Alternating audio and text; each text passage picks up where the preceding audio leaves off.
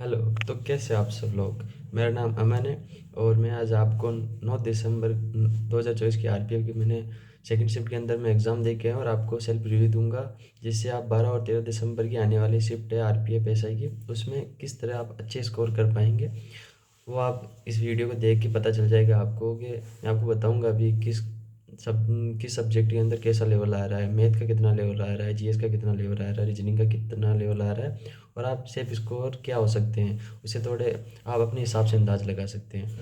तो मैं मेरी बात करूँ तो मैंने कुल मैथ में किए थे 35 में से 31 क्वेश्चन, और रीजनिंग में मैंने किए थे 35 में से 33 क्वेश्चन, और जीएस में मैंने किए थे 28 के आसपास किए थे मैंने। अभी मैंने मैथ में 31 किए थे, रीजनिंग में 33 किए थे, बाकी जो 88 में से बच रहे हैं वो मैंने जीएस में किए थे। अभी मैं बता देता हूँ लेवल। तो अगर आप मैथ की बात करें तो मैथ के अंदर आपको एडवांस के अंदर ज़्यादा क्वेश्चन नहीं आ रहे, एडवांस के आ रहे हैं दो तीन तीन क्वेश्चन के आसपास आ रहे हैं, तीन तीन से चार। उसमें मेरे हिसाब से आपको अच्छे से पढ़ के जाना है। एडवांस के अंदर गोले, अर्धगोले, शंकु और बेलन, ये चार। गोला, अर्धगोला, इनके तो सूत्र सेम ही है। जैसे गोले का संपूर्ण पृष्ठीय क्षेत्रफल की बात करें तो हो जाएगा 4 पाई r स्क्वायर, और गोले का अर्ध पृष्ठीय क्षेत्रफल की बात करें तो वो भी 4 पाई r स्क्वायर होगा। दोनों सेम ही है, संपूर्ण पृष्ठीय क्षेत्रफल और अर्ध पृष्ठीय क्षेत्रफल। और गोले के आयतन की बात करें तो उसका होगा 4/3 पाई r क्यूब। इसी तरह आप अर्ध गोले का कर लेना, ये भी ज़्यादा डिफिकल्ट नहीं है, थोड़ा सा टाइम लगेगा 2-4 मिनट। शंकु और बेलन, इनमें से क्वेश्चन आ रहे हैं। इनके ज़्यादातर क्वेश्चन आ रहे हैं आयतन के, और ज़्यादा इनके आयतन के क्वेश्चन ज़्यादा आ रहे हैं, तो आप आयतन का अच्छे से याद कर लेना। और अगर मैथ रीजनिंग में बात करें तो सीटिंग अरेंजमेंट से 3 से 4 क्वेश्चन आ रहे हैं रीजनिंग के अंदर, और ब्लड रिलेशन में भी 2-3 क्वेश्चन आ रहे हैं। सीटिंग अरेंजमेंट का थोड़ा सा उलझाने वाला आ रहा है, और एक न्यू टाइप का क्वेश्चन आ रहा है। उसमें दो संख्या दी हुई है, इसके आपको मिलान करने हैं। एक तो दे देगा जैसे हज का, और एक दे देगा परसेंटेज का। उनको आपको ऑप्शन में से चूज़ करना है, इनमें से कौन सा सिमिलर होगा। यानी इसके हज के स्थान पे कुछ नीचे संख्या दी होगी जैसे MF W, और परसेंटेज के स्थान पे संख्या दी होगी WXY। तो उनमें से मतलब जो आगे दो वालों पैर का जो संबंध बन रहा है वो पीछे वाले दो पैरों का संबंध बनना चाहिए। तो इस तरह का थोड़ा सा न्यू पैटर्न का क्वेश्चन आ रहे हैं, लगातार 3 से 4 क्वेश्चन आ रहे हैं रीजनिंग के अंदर। तो आपको रीजनिंग और मैथ की बात करूँ तो ओवरऑल बहुत ही आसान पेपर आ रहा है, ज़्यादा पेपर हार्ड नहीं आ रहा है, एसआई के हिसाब से नॉर्मली आ रहा है। अगर आपको ब्याज के क्वेश्चन की बात करूँ मैथ में तो वो भी नॉर्मली आ रहा है, चक्रवर्ती ब्याज का भी उतना ज़्यादा हार्ड नहीं आ रहा, बहुत नॉर्मल आ रहा है। तो आप इजीली मैथ के अंदर 31 32 क्वेश्चन आप आराम से कर सकते हो। और अगर रीजनिंग की बात करें तो रीजनिंग में आराम से आप 32-33 क्वेश्चन कर सकते हो। तो ओवरऑल अगर आप 70 रीजनिंग और मैथ के 70 क्वेश्चन में से अगर आप देखें तो आप 65 उसके प्लस आराम से क्वेश्चन कर लोगे। ये मेरे हिसाब से मैथ और रीजनिंग के अंदर अगर आप 65 कर लेते हो दोनों में मिला के तो एक अच्छा स्कोर हो जाएगा। अब कर लेते हैं जीएस की बात। जैसे हम दोनों में मैथ और रीजनिंग के अंदर बात के लिए 65 क्वेश्चन की, तो 65। अब जीएस का लेवल रीलों में अभी मैंने देखा था, यूट्यूब ये सब बता रहे हैं, इसमें थोड़ा सा बता रहे हैं कि मैथ जीएस का लेवल थोड़ा हाई आ रहा है। पर अगर मैं सच बात बताऊंगा ना, मैं खुद एग्ज़ाम दे के आया हूँ, जीएस का लेवल उतना हाई नहीं आ रहा है। बस हमें थोड़ा सा शांत दिमाग रखना है, ये मत सोचना है कि लेवल थोड़ा हार्ड आ रहा है, थोड़ा सा शांत दिमाग रखना है। और ये सोचना है हाँ आ रहा है, जो हमने पढ़ा वो आ रहा है। तो आप आराम से इजीली अगर मैथ में से आप है ना 32-33 क्वेश्चन को टच कर सकते हो। मैं खुद भी कर सकता था मैंने, लेकिन 28 क्वेश्चन टच किए, क्योंकि इसका रीज़न था मुझे लग रहा था मुझे जो आएगा मैं उसी को करूँगा। तो इस चक्कर में मैंने फर्स्ट में जो क्वेश्चन आ रहा था उसकी 2-3 लाइनें पढ़ी, और मैंने क्वेश्चन भी पूरा नहीं पढ़ा। मुझे लगा हाँ ये थोड़ा सा मैंने पढ़ा ही नहीं है, तो मैंने उसको स्किप किया और नेक्स्ट पे चला गया। और जो मुझे 100% क्लियरेंस में आ रहे थे मैंने बस उसी को क्लिक किया। इस चक्कर में मुझे लास्ट में मेरे मैथ और रीजनिंग करने के बाद मेरे पास बच गए थे 22 मिनट। 22 मिनट में मैंने सोचा मैं 2 बार 50 क्वेश्चन को अटेम्प्ट कर लूँगा। तो मैंने जल्दी जल्दी में जो बिल्कुल नहीं आ रहे थे मैंने उनको छेड़ा नहीं, और ऐसे मैंने 22 अटेम्प्ट किए थे। बाकी जो 6 क्वेश्चन बचे थे मैंने वो दूसरी बार में किया था, उसके अंदर मैं कर रहा था।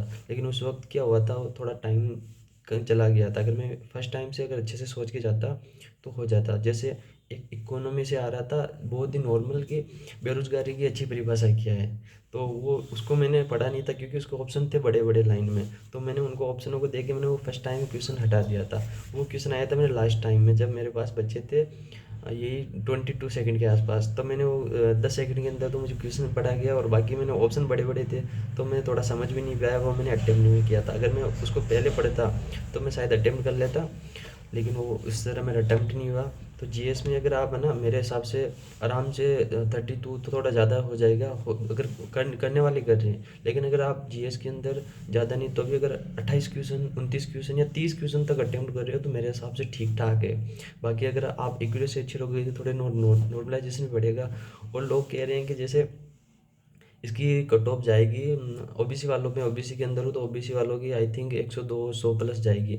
तो इसके अंदर नेगेटिव मार्किंग का इश्यू भी है, क्योंकि नेगेटिव मार्किंग इसमें बहुत ज़्यादा है, 1/3। तो उसमें अगर हम ज़्यादा क्वेश्चन करने की सोचेंगे तो इसके अंदर हमारी क्वेश्चन होगी नेगेटिव। मैंने इसी हिसाब से ज़्यादा किए नहीं थे, बाकी नंबर आए नहीं आए वो पता नहीं है, लेकिन मैंने 88 किए थे और आराम से सोच के किए थे। रीजनिंग और मैथ में मेरे 100% सही है, एक दो क्वेश्चन गलत हो तो पता नहीं। मैथ और जीएस के अंदर अगर मैं बताऊं तो मेरे 3 4 क्वेश्चन मैंने तुक्के लगाए थे, उनमें से अब कितने गलत तो वो तो रिजल्ट आएगा तभी पता चलेगा।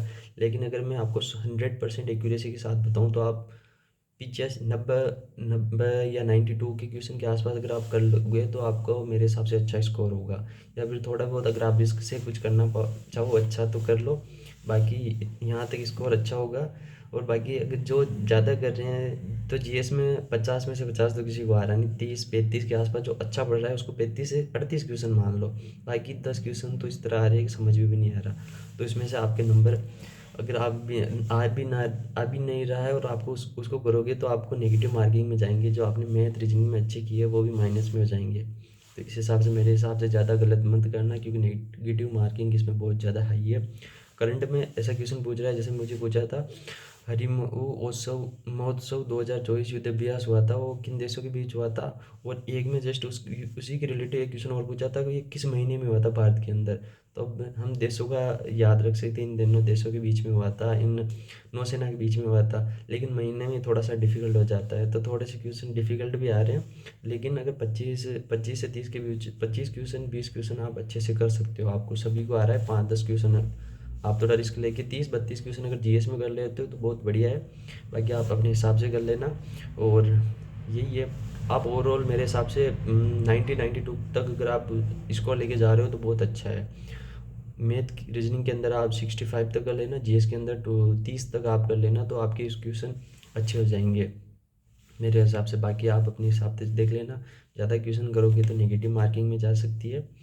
और यही मेरी तरफ से 12 और 13 दिसंबर वालों के लिए एडवाइस है कि अगर आप जीएस पोर्शन में जाओ तो आप ये मत सोचो बहुत हार्ड आ रहा है। हार्ड तो देखो जीएस में सभी को ठीक ही है, लेकिन थोड़ा सा पेशेंस रख के अगर आप करोगे तो मेरे हिसाब से आप 5 से 6 क्वेश्चन आप अच्छे से कर लोगे। अगर आप थोड़ा सा घबराओगे तो आप वही 5 से 6 क्वेश्चन माइनस मार्किंग में चले जाओगे। तो आपको जो आ रहा है वो आप करिए, और ज़्यादा तुक्के लगाने हैं नहीं, क्योंकि इसकी नेगेटिव मार्किंग भी है। और आराम से पेपर कीजिए, मेरे हिसाब से आप अच्छा होगा। मैंने क्योंकि मैं 9 दिसंबर 2024 को एग्ज़ाम में दे के आया हूँ, तो मुझे ऐसा लगा कि अगर मैं थोड़ा सा पेशेंस रखता, अगर थोड़ा घबराता नहीं, तो मैंने 2 3 क्वेश्चन या 5 क्वेश्चन जीएस के अंदर ज़्यादा कर लेने थे। तो वही है, 12 और 13 दिसंबर वालों के लिए ऑल द बेस्ट, और अच्छे से आराम से पेपर करके आना। आप आराम से 95 90 के आसपास क्वेश्चन कर लोगे। ऑल द बेस्ट 12 और 13 दिसंबर वाले के। Thank you.